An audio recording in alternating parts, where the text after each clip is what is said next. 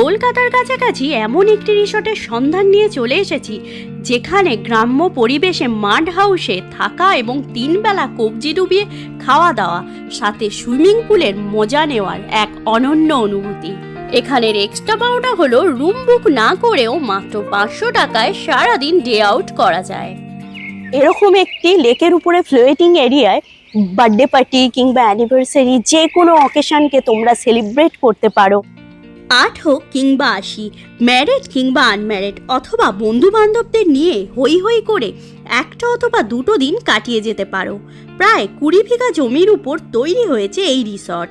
এখানে আছে লেকের উপর ফ্লোটিং হাউস, মাটির বাড়ি, ট্রি হাউস, আম বাগান আর সুইমিং পুল, তার সাথে রাজহাঁস এবং টার্কি। আর কি চাই, তাই ঝটপট প্ল্যান করে ফেলো। যারা আমাকে চেনো না বলে দিই, আমি হচ্ছি বং পূজা। আমি এরকম রিসর্টের আরো অনেক ভিডিও করে থাকি।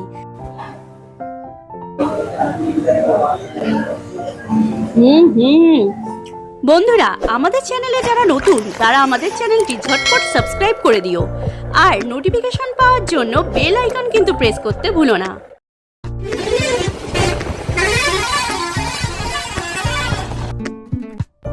আজকের ভিডিওটি হলো কলকাতার কাছে বনবিথী রিসর্টকে নিয়ে, যেখানে পাবে শহুরে কংক্রিটের বাইরে গ্রাম বাংলার পরিবেশের এক আলাদা অনুভূতি। রিসর্টটি বাসন্তী হাইওয়ের ওপর ঘটকপুকুরে। চলেছি আমরা আমাদের বাইকে। যারা পাবলিক ট্রান্সপোর্ট ব্যবহার করতে চাও, ধর্মতলা, বাবুঘাট, শিয়ালদা থেকে প্রচুর বাস পেয়ে যাবে। বাসগুলি সায়েন্স সিটি হয়ে 1 ঘন্টায় ঘটকপুকুরে পৌঁছে দেবে।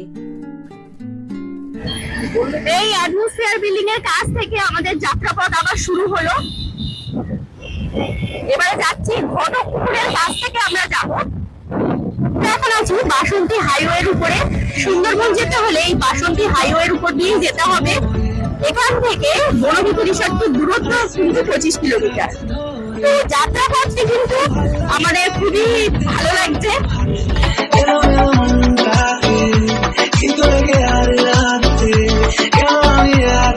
তবে বলতে বাধ্য হলাম, বাসন্তী হাইওয়ের রাস্তা ভীষণ সুন্দর এবং স্মুথ। যারা বাসে যাবে, ঘটকপুকুর চৌমাথা থেকে অটো পেয়ে যাবে রিসর্ট পর্যন্ত। এই জায়গাটি ঘটকপুকুর চৌমাথা। এখান থেকে আমরা ডান দিকে যাব।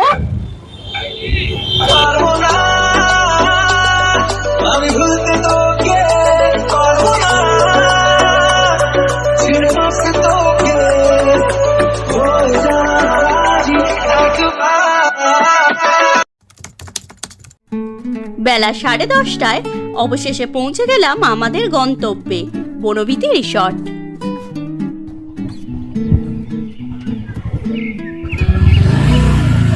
এদিকে হচ্ছে পার্কিং এরিয়া। দেখো বেশ কিছু মানুষ এসেছে, এখানে বিভিন্ন গাড়ি রাখা আছে।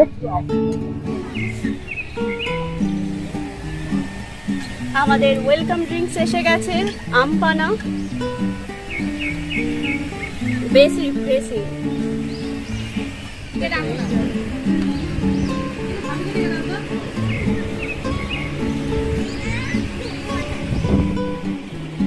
এখানে রিসেপশন কথাটা কিন্তু লেখা নেই। রিসেপশন এরিয়া মানে অর্থাৎ রিসেপশনটা কিন্তু অফিস করে লেখা আছে। জাস্ট দেখো।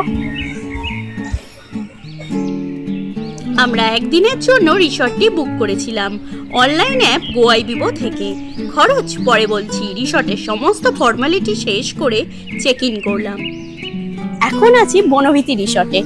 আর এখানে রিসর্টের প্রত্যেকটা রুমের আলাদা আলাদা নাম আছে।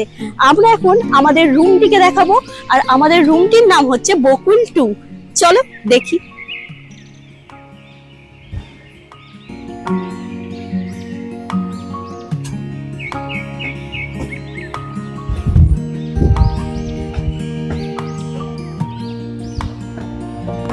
কাঠের সিঁড়ি দিয়ে উঠে যাচ্ছি আমাদের রুমের দিকে।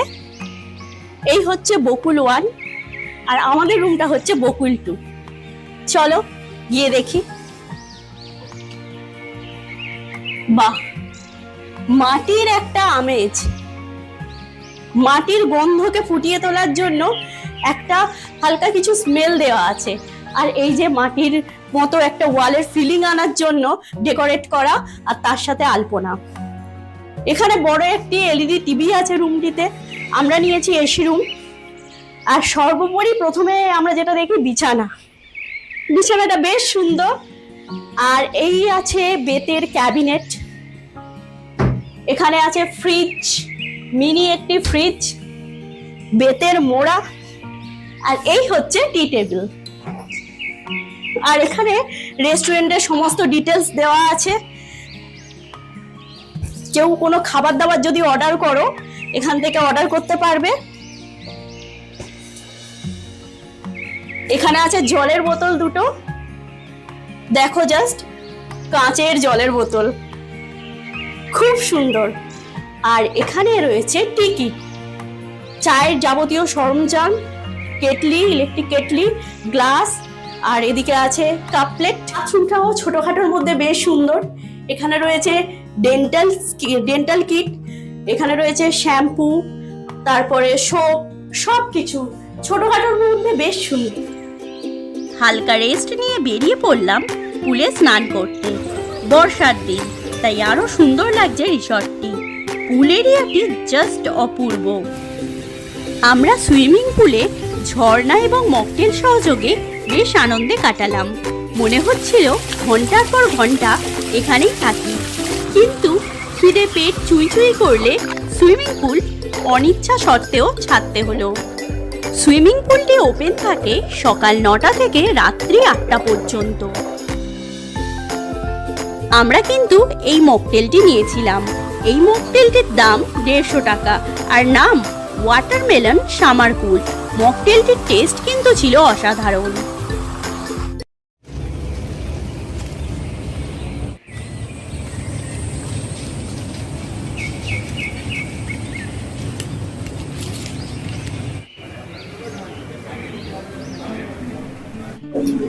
এখন আছি বনবিথি রেস্টুরেন্টে। বনবিথি রেস্টুরেন্টের নাম বনভোজ। আমরা খাবার অর্ডার দিয়েছিলাম, আমাদের খাবার এসে গেছে, সার্ভ করা হচ্ছে। দেখো, মাটির বাড়ি, মাটির পরিবেশ, গ্রাম বাংলার এই ছুটির আমেজ। হ্যাঁ বন্ধুরা, একদিনের ছুটিকে বেছে নিয়ে তোমরা চলেই আসতে পারো বনবিথি রিসর্ট। আমরা অনেকদিন থেকেই ভাবছিলাম আসবো, ভালো মন্দ মিলিয়ে এক্সপিরিয়েন্স। আর এই এত সুন্দর পরিবেশকে এত কাছ থেকে উপভোগ করার মজাটাই আলাদা। যারা শহরে থাকো, শহুরে লাইফ লিড করো, তাদের জন্য তো অ্যাপ্রোপ্রিয়েট। জাস্ট অসাধারণ জায়গা, মনটাই ভালো হয়ে যাবে। চলো নিচে গিয়ে তোমাদের ঘুরে দেখাই আশেপাশে কি কি আছে। বনবিথি রিসর্টে অনেকগুলি গার্ডেন এরিয়া আছে, তার মধ্যে আমি আছি একটিতে। এখানে সেলফি জোন করা আছে অনেকগুলি, যেমন বাটারফ্লাই, ক্যারট, আর এদিকে দেয়া আছে কর্ন, ওদিকে দেয়া আছে স্ট্রবেরি অ্যান্ড লাভ সাইন। তো এই সেলফি জোনে তোমরা ফটোশুট করতে পারো। আর এখানে আছে মকটেল প্লাজা, মানে লোকজন বেশি হলে, কোনো স্পেশাল কোনো অকেশন হলে এখানে কিন্তু অনুষ্ঠান হয়। দেখেই বোঝা যাচ্ছে অসাধারণ প্লেস। আমার তো খুব মজা হচ্ছে। এখানে চারিদিকে আম বন এবং ফুলের গাছপালা, আবার তার সাথে বাচ্চাদের তোলা, মানে খেলার প্লেগ্রাউন্ড করা। এই প্লেগ্রাউন্ড এরিয়াটি বেশ অনেক কিছু জিনিস দিয়ে সাজানো। এত সুন্দর মনোরম পরিবেশের সাথে এই রকম যদি ব্যবস্থা থাকে তাহলে তো কোনো কথাই নেই।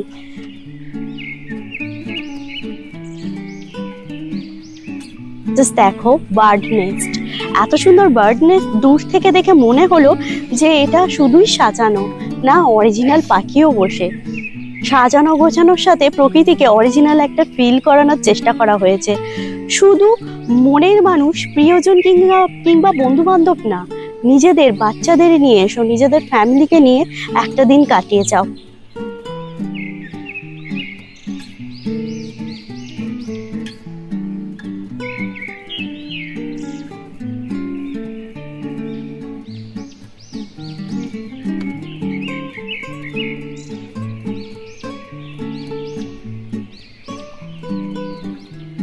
এখন আছি লেকের উপরে। এরকম একটি লেকের উপরে ফ্লোটিং এরিয়ায় বার্থডে পার্টি কিংবা অ্যানিভার্সারি যে কোনো অকেশনকে তোমরা সেলিব্রেট করতে পারো। আর রাত্রের বেলায় এই নেচারটা তো আলাদাই লাগে লাইটের আলোয়, দিনের বেলায়ও একটা আলাদা অনুভূতি, রাত্রের বেলায় আরও অন্যরকম অনুভূতি। অলস বিকেলে এই দোলনাটা থেকে উঠতে ইচ্ছা করছিল না। পাখিদের গান, হাঁসেদের খেলা, গ্রাম্য সবুজ গন্ধ, মন মাতোয়ারা হচ্ছিল বারবার। ভয় পালিয়ে যাচ্ছে। দেখো রাত্রিবেলা এরকম ইভিনিং টাইম সুইমিং পুলের লুকটা জাস্ট বদলে গেছে। আলো আধারির এত সুন্দর পরিবেশ, আর তার সাথে যদি থাকে এরকম বিভিন্ন কালারফুল লাইট, তাহলে তো কোনো কথাই নেই। রিসর্টটি সব থেকে সুন্দর লাগে রাতের বেলায়। এক মায়াবী আলোতে ভরে ওঠে রিসর্টের গালিচা। মনে হয় প্রিয়জনকে সঙ্গে নিয়ে বসে এই রূপ দুচোখ ভরে দেখি। এইভাবেই ঘুচে যাক সারা সপ্তাহের গ্লানি। মনোবিতিকতার অর্থ হলো জঙ্গলে ঘেরা মাঠ, আর এই মাঠের মধ্যে একটি গ্রাম্য পরিবেশ, আর গ্রাম্য পরিবেশে লাক্সারি পরিষেবা, সবকিছু মিলিয়ে অ্যাস্থেটিক্স ভাইবস। আর কি চাই। আমাদের খাবার চলে এসেছে, আমরা রুম সার্ভিস নিয়েছি, আর লাঞ্চটা তো দেখিয়েছি, এবার করবো ডিনার। ডিনার চাইলে কেউ বাইরে গার্ডেনের মধ্যে চেয়ার টেবিল পাতা আছে, সেখানে বসে করতে পারো, লাঞ্চটাও ওখানে করতে পারো, নিজেদের চয়েস। আর আমাদের আজকে খাবারে ছিল গার্লিক নান, আর এটা তন্দুরি রুটি উইথ বাটার, আর এই যে মটন মশালা। ওয়াও, কালারটা তো দারুণ, নিশ্চয়ই খেতেও হবে ফাটাফাটি।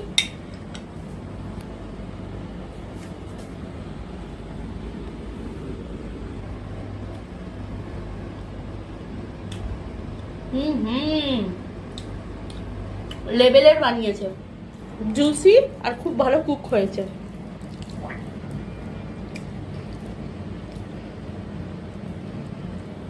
দেখো, জাস্ট দেখো তোমরা।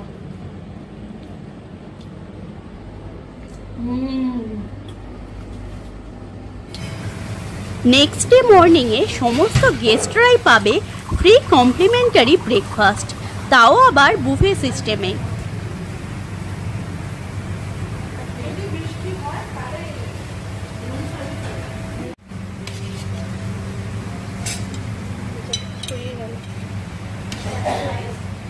এখন জানাবো সকালবেলা মর্নিংয়ের বাফেট সিস্টেমে ব্রেকফাস্ট একবার দেখে নাও।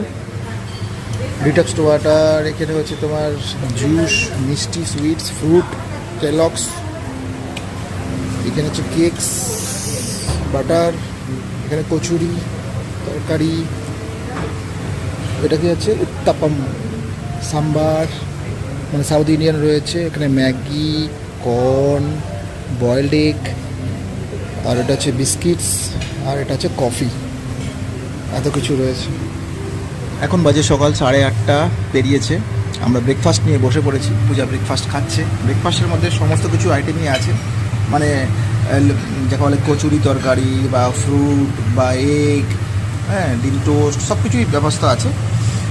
বাট যে লোকেশানটাই বসে রয়েছে, সেই লোকেশানটা শুধু একবার দেখো, মানে এত সুন্দর লাগছে। মেঘলা ওয়েদার, একটা বৃষ্টি বৃষ্টি ভাব, গুড়ি গুড়ি অলরেডি পড়ছে, আর এত সুন্দর একটা লেক,